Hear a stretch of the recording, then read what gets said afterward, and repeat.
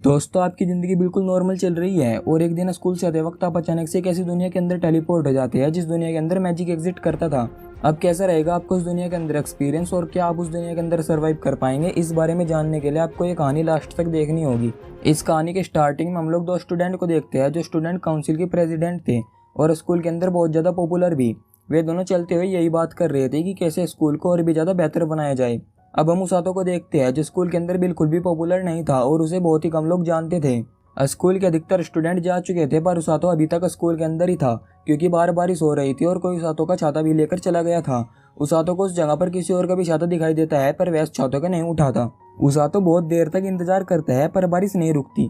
तभी वहाँ पर स्कूल की सबसे पॉपुलर लड़की सुजेने आती है और वह उसातो से कहती है स्कूल में इतनी देर तक रुकना अलाउड नहीं है। उसातो अपने सामने इतनी पॉपुलर लड़की को देखकर ऐसे ही जाने लगता है पर सुजेने उसातो को ऐसे ही जाते हुए देखकर उसातो को रोकती है।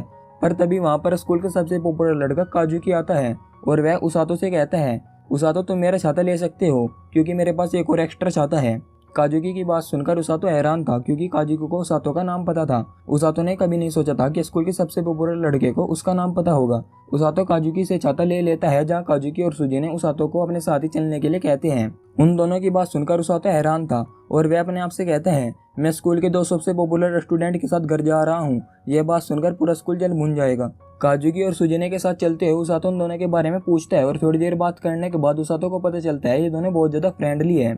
थोड़ी दूर चलने के बाद काजुकी को घंटी की आवाज सुनाई देती है जिस आवाज को सुनकर काजुकी रुक जाता है। काजुकी इस बारे में उसातो से भी पूछता है पर उसातो को किसी घंटी की आवाज नहीं सुनाई दी थी। पर तभी सुजेने ने काजुकी से कहा काजुकी, मुझे भी घंटी की आवाज सुनाई दे रही है और ये आवाज धीरे धीरे बढ़ती जा रही है। उसातो उन दोनों की बात सुनकर उन दोनों के पास आता है पर इससे पहले उसातो कुछ कह पाता तभी उन तीनों के नीचे एक मैजिक सर्कल बनता है और वे तीनों उस जगह से गायब हो जाते हैं।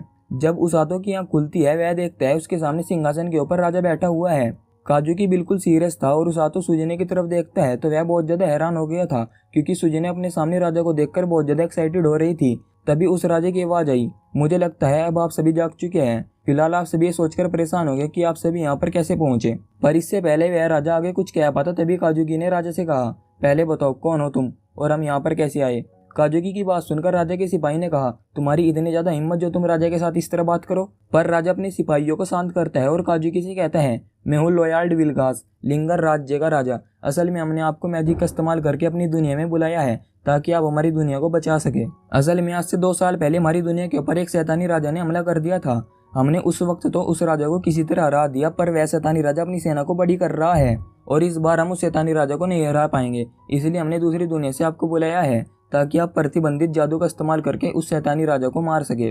काजुकी को राजा की बात सुनकर गुस्सा आ गया था और वह राजा से कहता है भाड़ में जाइए आप और आपका जादू, हमें हमारी दुनिया में वापस भेजिए। पर राजा ने कहा ऐसा होना नामुमकिन है, समनिंग एक ही तरफ काम करती है। हम यहाँ से किसी को बुला तो सकते हैं पर हम उन्हें वापस नहीं भेज सकते। अच्छा तो फिर हमारा क्या होगा, हमारे परिवार का क्या होगा, काजुकी ने चिल्लाते हुए कहा। काजुकी को राजा पर चिल्लाते हुए देखकर राजा के सभी सिपाही अपने अपने हथियार उन तीनों की तरफ कर लेते हैं।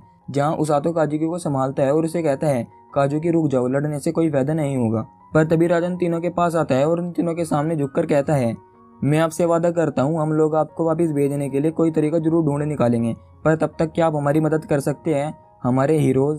थोड़ी देर सोचने के बाद सुजेने ने राजा से कहा वैसे क्या आप मुझे बता सकते हैं आप हम सभी को हीरोज क्यों बुला रहे हैं जबकि आप सभी तो हमें जानते भी नहीं हैं। जिस पर राजा ने वेल्सी नाम की लड़की को उन्हें समझाने के लिए कहा। वेल्सी ने बताती है मैजिक सर्कल उन्हीं लोगों के पास बनता है जो काबिल होते हैं। आपने इस दुनिया के अंदर आने से पहले घंटियों की आवाज सुनी होगी, ये इस बात का प्रमाण है आप सभी हमारे हीरोज हैं। वेल्सी की बात सुनकर काजुकी उसातो की तरफ देखता है और कहता है मुझे लगता है उसातो तुमने घंटे की आवाज नहीं सुनी थी। काजुकी की बात सुनकर उसातो को समझने में ज्यादा वक्त नहीं लगता है, वह इस दुनिया में उन दोनों के साथ गलती से आ गया है। सीन कट होता है और हम उन तीनों को वेल्सी के साथ एक कमरे में देखते हैं।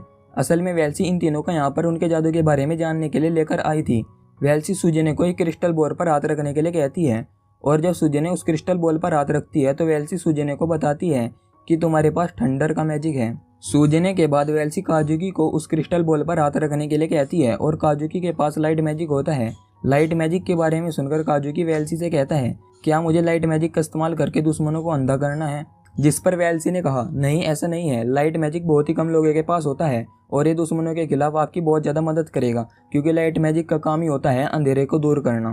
काजुकी और सूजने के बाद वेल्सी उसातो को क्रिस्टल बॉल पर हाथ रखने के लिए कहती है और जब उसातो क्रिस्टल बॉल पर हाथ रखता है तो क्रिस्टल का रंग हरा हो जाता है।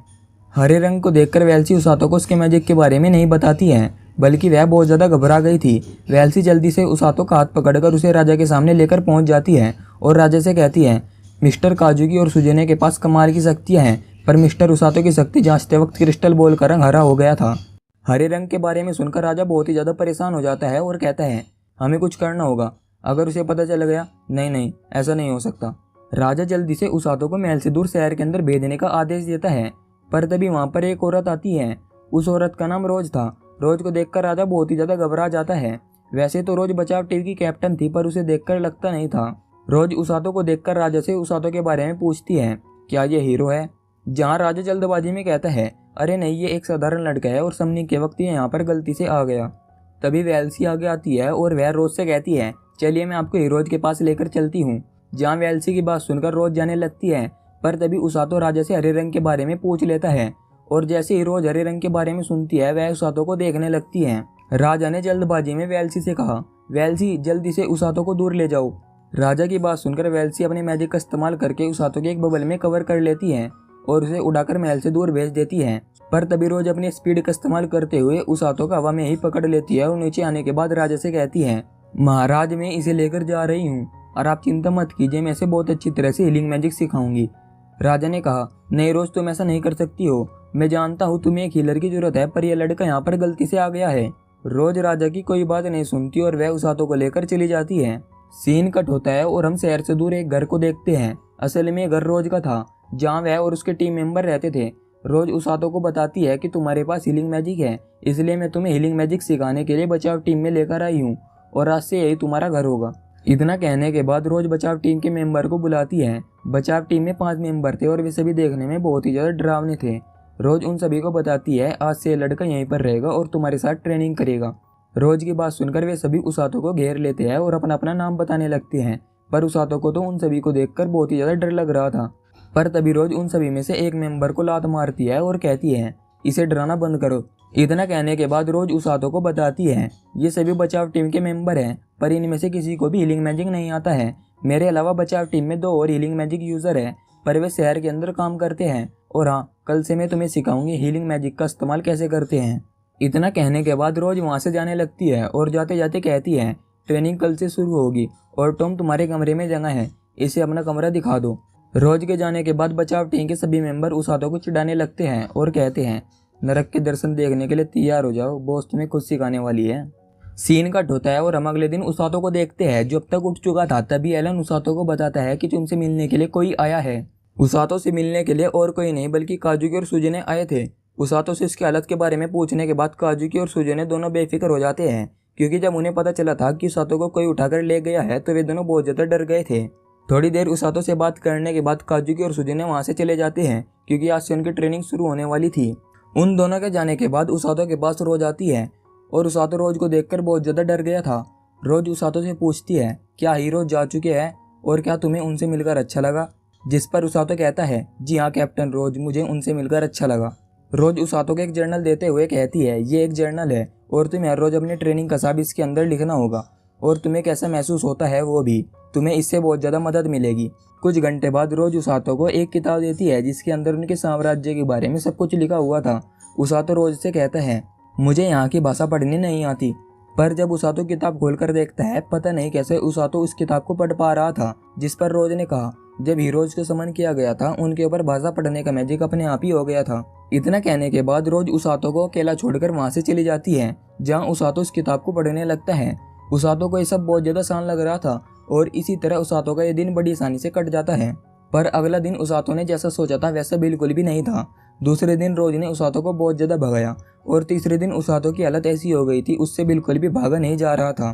पर तभी उसातो के पास रोज आती है और वह अपने हीलिंग मैजिक का इस्तेमाल करते हुए उसातो की सारी थकान को दूर कर देती है और उसातो को दोबारा से भागने के लिए कहती है। रोज ने कहा, मरते दम तक भागो, अगर मरे तो मैं तुम्हें दोबारा से जिंदा कर दूंगी। रोज की बात सुनकर उसातो ने भागते हुए सोचा, भला ऐसे कौन मोटिवेट करता है, मैं उन्हें ये मुंह पर नहीं बोल सकता, मैं सब अपनी जर्नल में लिखूंगा। और फिर चौथे दिन उसातो ने सभी मेंबर के साथ भागना शुरू कर दिया। उसातो उन सभी मेंबर के मुकाबले में बहुत धीरे धीरे भाग रहा था। 5वें और 6ठे दिन उसातो अपने हीलिंग मैजिक को धीरे धीरे महसूस कर पा रहा था और आखिर में 9वें दिन उसातो ने अपने हीलिंग मैजिक का इस्तेमाल करना सीख लिया। 10वें दिन अब उसातो कितना भी भाग ले उसे बिल्कुल भी थकान महसूस नहीं हो रही थी, पर उसातो को थोड़ा अजीब लग रहा था क्योंकि वह 10 दिन से लगातार भाग ही रहा था। उसातो काजुकी और सुजेने की मदद करना चाहता था, पर उसे ये समझ में नहीं आ रहा था वह भागकर उन दोनों की मदद कैसे कर सकता है।